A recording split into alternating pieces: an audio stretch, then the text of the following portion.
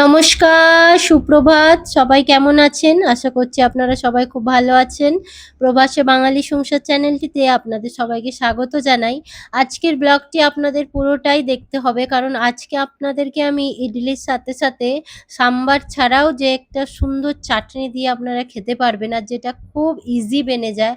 আমাদের ঘরে সেই সব জিনিসগুলো সব সময় উপলব্ধি থাকে। তো চলুন, ভিডিওটা আপনি শুরু করলাম, আপনারা দেখুন। আমি পিয়ালি আবারও এসে গেছি একটি নতুন ব্লগ নিয়ে। দেখুন, ঘরে ঢুকছি, স্কুল থেকে ছেড়ে বাচ্চাকে কারি পাতা তুলে নিয়ে ঢুকতে হচ্ছে, কারণ বড়টা আজকে ওই তাড়াতাড়ি বেরোবে, তো ওর জন্য খাবারটা বানাবো। ভাবছি আজকে ওকে ইডলি বানিয়ে দেবো।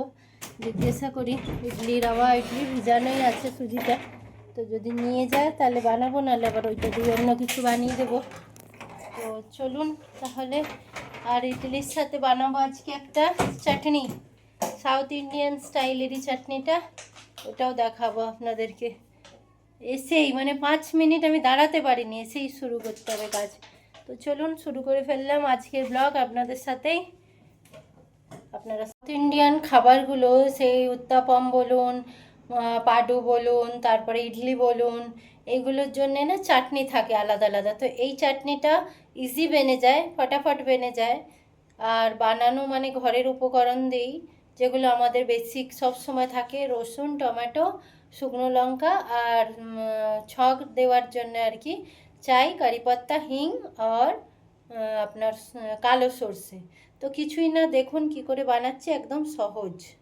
এই যে জলের মধ্যে কয়েকটা কোয়া রসুন দিয়েছি, দিয়ে টমেটোটা এইভাবে কেটে আর এই মাঝখান থেকে এরকম করে একটু একটু চিরা লাগিয়েছি, যাতে এর স্কিনগুলো ইজিলি রিমুভ হয়ে যায়। তারপরে কিছুটা ঢেকে দেবেন, আর এর মধ্যে একটি শুকনো লঙ্কা দিয়ে দেবেন, দিয়ে এটাকে সেদ্ধ করার জন্য ছেড়ে দিতে হবে। যতক্ষণ না টমেটোর স্কিনগুলো রিমুভ হচ্ছে ততক্ষণ পর্যন্ত একে সেদ্ধ করতে হবে। তো চলুন এটা সেদ্ধ হোক, বাকি প্রসেস করি। ইডলি বানানোর প্রস্তুতি শুরু হয়ে গেছে। এই যে এই ইডলি সাঁচাগুলোতে তেল ব্রাশ করে নিয়েছি, নিয়ে ইডলির ব্যাটারটা ঢেলে দিয়েছি। রাওয়া ইডলি, কিছুই না, যতটা দই তার ডবল সুজি দিয়ে ভিজিয়ে দিয়ে, তারপরে পরিমাণ মতো নুন দিয়ে, আর একটু বানানোর সময় 1 চিমটি খাবার সোডা দিয়ে দেবেন। আর এই যে যেমন আর কি জল ফোটাতে দিয়েছি, এই যে গামলায়, এই জলটা ফুটে গেলে ডেচকির এই ধাঁচাটা সবগুলো বানিয়ে বন্ধ করে দেবে। 3টে এরকম ধাঁচা আছে, পরপর পরপর দিয়ে সাজিয়ে বন্ধ করে দেবো। আর হ্যাঁ, ব্যাটারটা যেমনি আমরা মালপোয়া বানাই না, মালপোয়ার যে ব্যাটারটা হয়, ব্যাটারটা আর কি ওই রকম থিকনেসটা রাখতে হবে, না বেশি পাতলা না বেশি আর কি গাঢ়, তাহলে পারফেক্ট ইডলি তৈরি হবে। তো চলুন বানাই এবার, ফটাফট সাঁচাগুলো দিয়ে ওর মধ্যে ভাপাতে দিয়ে দিই। দেখছেন এইভাবে যে ভাপাতে দেব, আর এইটাকে ঢেকে দেবো। এই যে এইভাবে ঢেকে দেব, 10 মিনিট স্টিম দিলেই একদম ইডলি তৈরি। দেখুন এই যে চাটনিটা বানাবো, এই যে টমেটো, লঙ্কা, রসুন, এগুলো সব সেদ্ধ হয়ে গেছে। যখনই দেখবেন টমেটোর এরকম স্কিনটা উঠে এসছে, গ্যাসটা বন্ধ করে ঠান্ডা করে পিষে নেবেন। ইডলিটা হয়ে গেছে। তো দেখার জন্য কি করবেন জানেন, একটু ছুরি, চামচ, কিছু টুথপিক কিছু একটা নেবেন, এরকম করে গাঁথবেন। যদি দেখেন এর গায়ে লাগছে, তার মানে জানবেন হয়নি, আর যদি দেখেন না লাগছে, তার মানে হয়ে গেছে।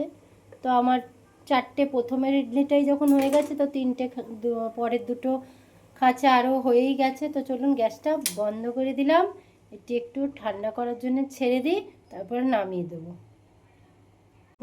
কি সুন্দর ইডলিগুলো তৈরি হয়ে গেছে, দেখেছেন?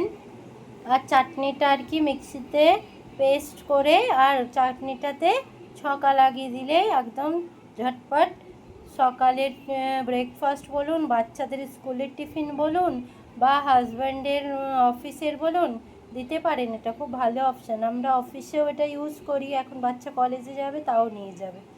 চলুন আরও কাজ করি, চাটনিটা বানাই।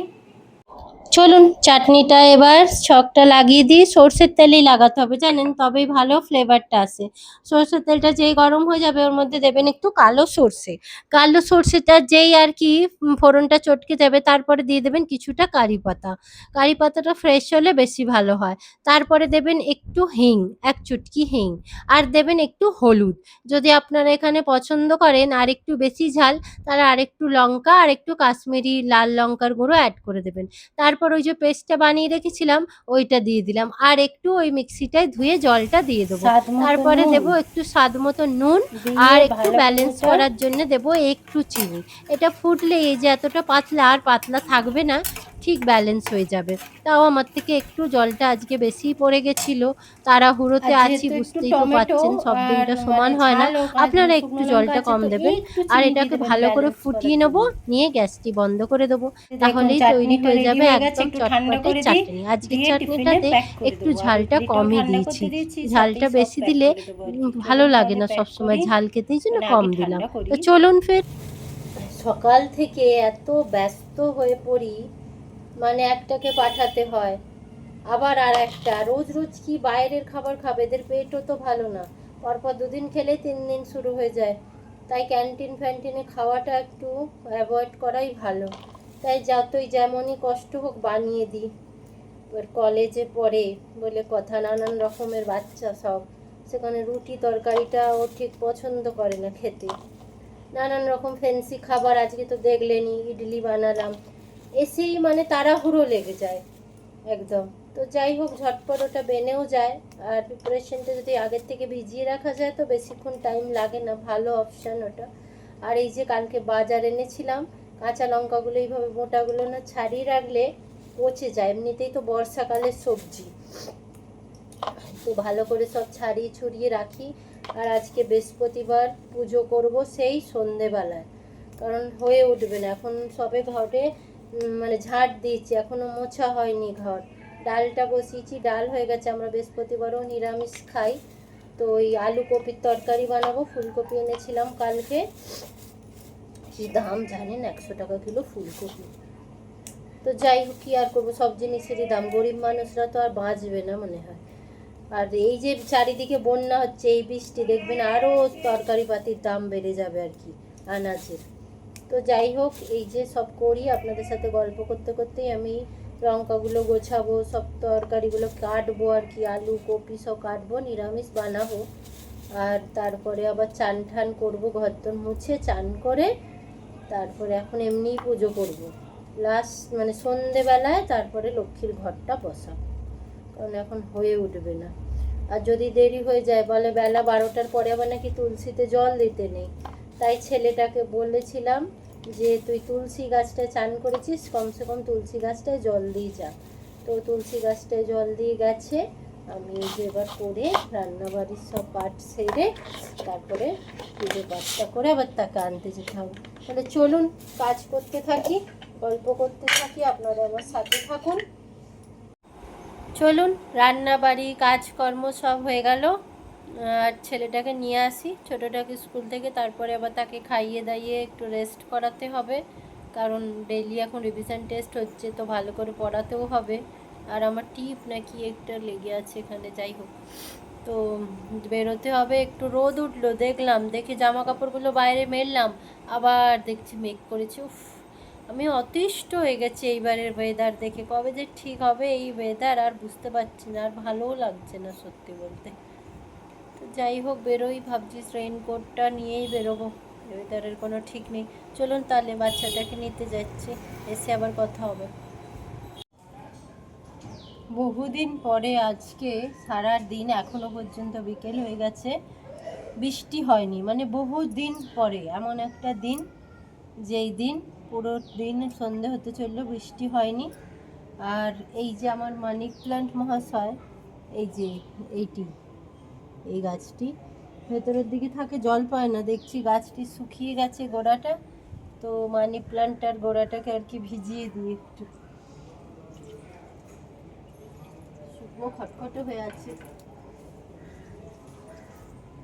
এগুলো ভেতরের দিকে থাকে তো সেইভাবে জল পায় না, এই বাইরের দিকের গাছগুলো একটু জল পায়।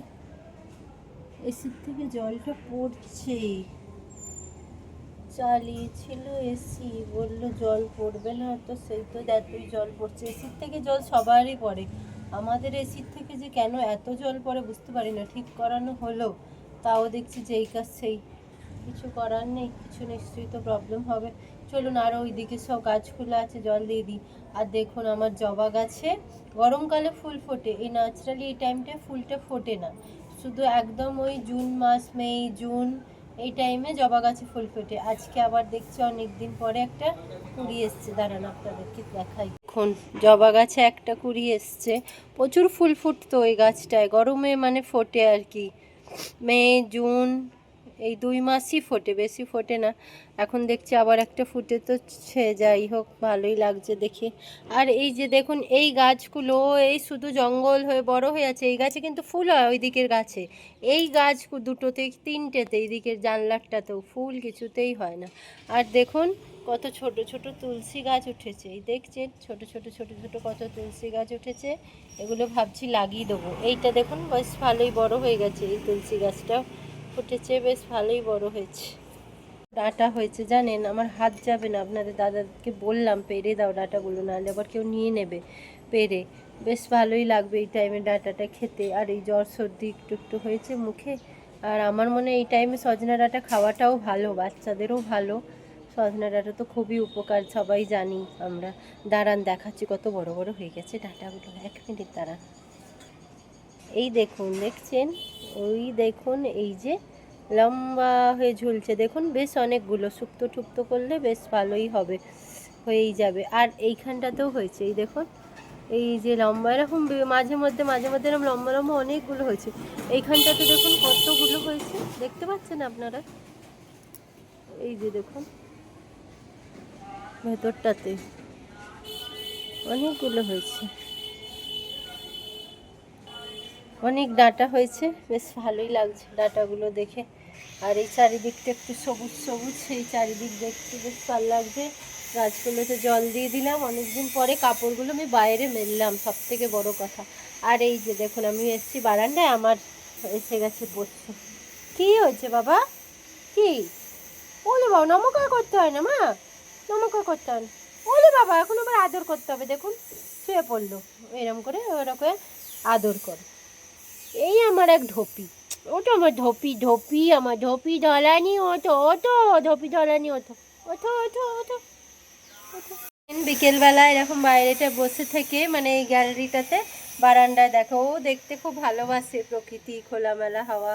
একটু বারান্দায় দাঁড়াবো কি, দেখছেন ফ্যান ছাড়া থাকতে পারছি, গরমে অবস্থা খারাপ। চলুন ফ্যানের নিচেই যাই, কি আর করব।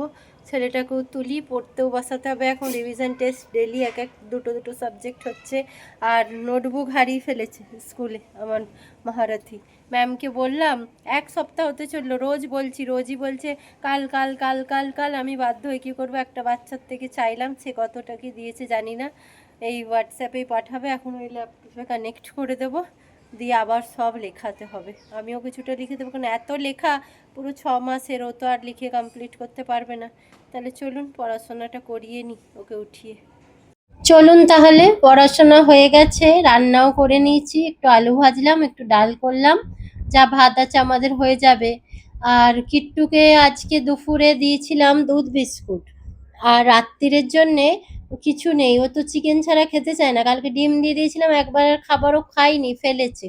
ছেলেটাকে পাঠালাম, বললাম একটা পেডিগ্রির ছোট প্যাকেট নিয়ে আয়, কারণ ওটিও একদিন খাবে, পরের দিন খাবে না, তাই বড় অনেক সময় এনে রাস্তার কুকুরদেরকে খাইয়ে খাইয়ে শেষ করতে হয়েছে।